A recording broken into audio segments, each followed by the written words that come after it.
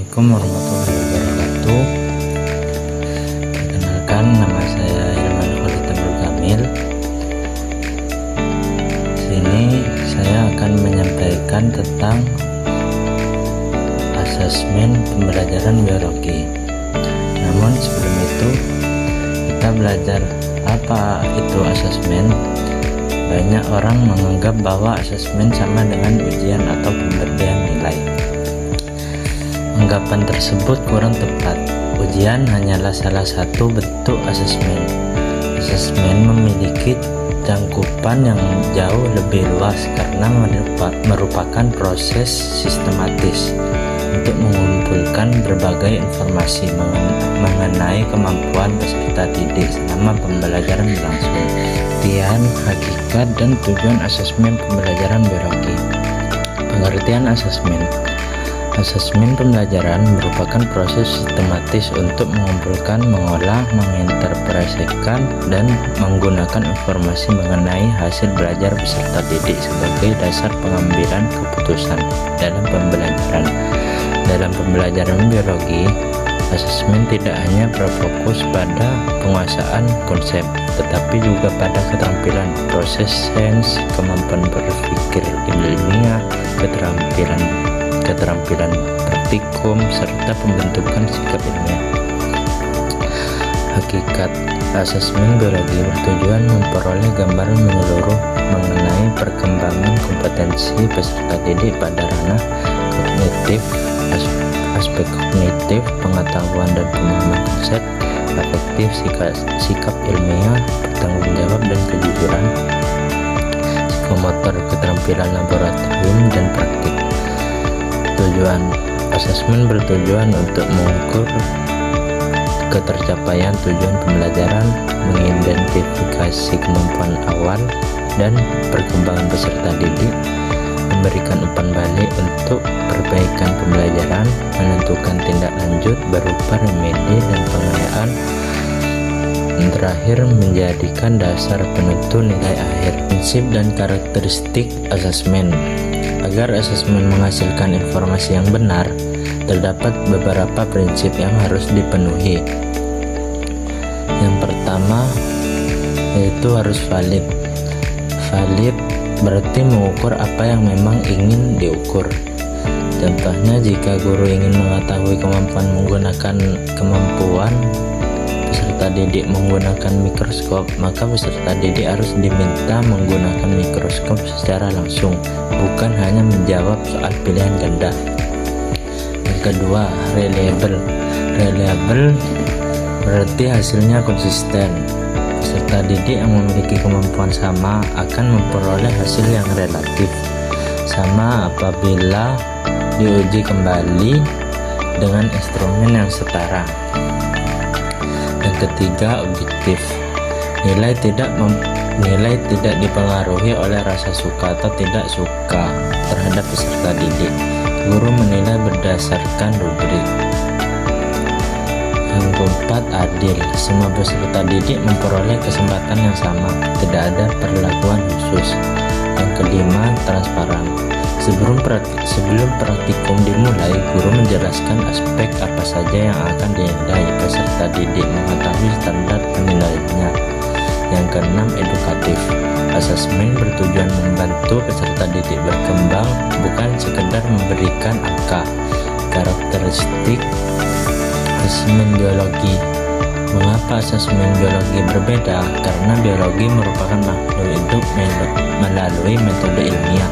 Maka asesmen harus mengukur kemampuan observasi, keterampilan eksperimen, kemampuan berpikir kritis, analisis data, komunikasi ilmiah, pemecahan masalah. Jenis dan fungsi asesmen. Ada 3 jenis asesmen utama. Yang pertama, asesmen for learning, dilakukan selama proses belajar. Tujuannya mengetahui apakah peserta didik sudah memahami materi. Misalnya, guru memberikan kuis setelah menjelaskan sistem akurasi. Jika nilai rendah, guru memperbaiki cara mengajarnya. Yang kedua, asesmen as learning. Peserta didik menilai dirinya sendiri. Selanjutnya, assessment of learning dilakukan setelah pembelajaran selesai. Contohnya UTS, UAS, ujian praktik. Fungsi assessment. Assessment memiliki beberapa fungsi. Pertama, diagnostik. Diagnostik yaitu mendeteksi kesulitan belajar. Guru akan mengetes peserta didik seberapa jauh mereka belajar. Yang selanjutnya yaitu formatif, memperbaiki proses belajar. Yang ketiga, sumatif. Sumatif itu sama dengan ujian, yaitu menentukan nilai akhir. Evaluatif merupakan menilai keberhasilan guru mengajar.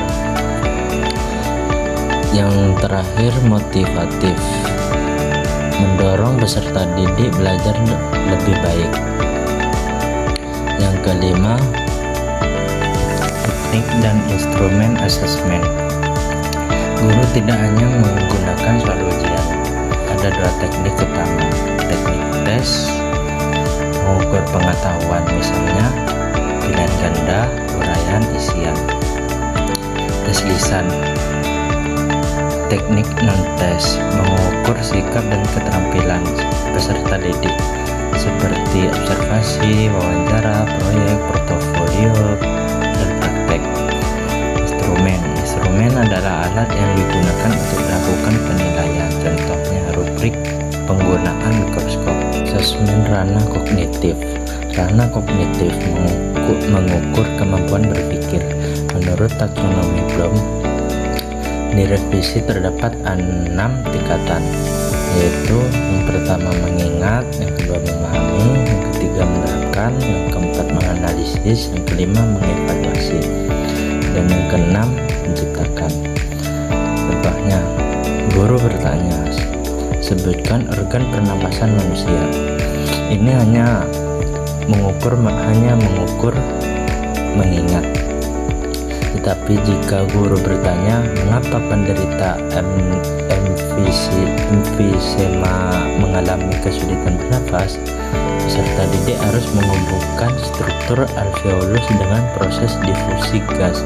Ini mengukur kemampuan analisa. Asesmen ranah afektif dan psikomotor. Afektif, guru mengamati perilaku peserta didik. Contohnya, apakah bekerja sama, apakah jujur, apakah disiplin, apakah menjaga kebersihan laboratorium.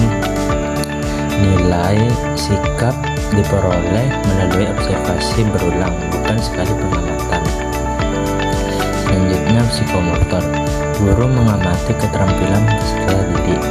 Contohnya pada saat praktikum, guru memperhatikan cara memegang mikroskop, cara membuat preparat, cara menggunakan lensa, cara mencatat data, cara membersihkan alat. Semua aktivitas tersebut diberi skor. Asesmen autentik. Asesmen autentik yang berarti peserta didik dimintai mengerjakan tugas yang menyerupai pekerjaan ilmu. Contohnya, peserta didik diminta meneliti kualitas air sungai. Peserta didik harus mengambil sampel, mengukur pH, mengamati organisme, menganalisis data, membuat laporan, serta mempresentasikan hasil tersebut. Selanjutnya, guru menilai seluruh proses tersebut. Inilah yang disebut asesmen autentik. Implementasi asesmen. Langkah guru menentukan tujuan pembelajaran, menentukan indikator, memilih teknik asesmen, menyusun instrumen, melaksanakan asesmen, mengolah nilai, memberikan umpan balik, menentukan remedi atau pengayaan. Semua langkah tersebut saling berkaitan satu sama lain. Contoh penerapannya, Semisal materi diberi materi ekosistem. Aspek kognitif, peserta didik menjelaskan aliran energi. Aspek efektif, guru mengamati kepedulian terhadap lingkungan. Aspek psikomotor, peserta didik melakukan pengamatan langsung di halaman sekolah.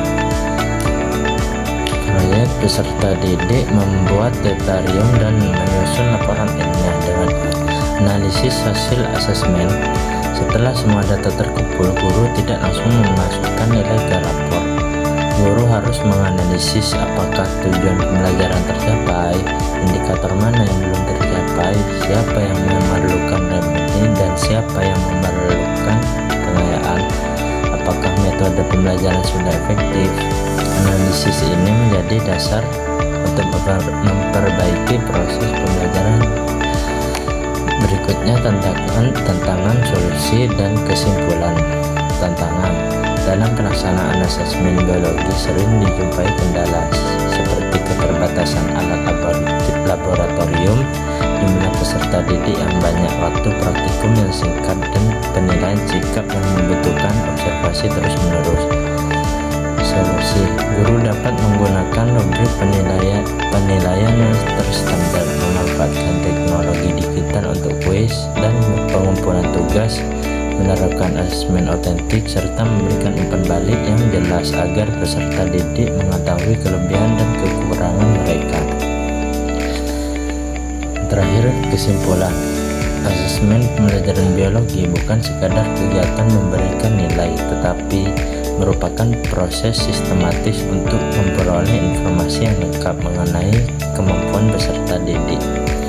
Pada aspek pengetahuan, sikap, dan keterampilan, informasi tersebut menjadikan dasar bagi guru untuk meningkatkan kualitas pembelajaran dan membantu peserta didik mencapai kompetensi secara optimal. Demikian presentasi dari saya, kurang lebihnya mohon maaf. Wassalamualaikum warahmatullahi wabarakatuh.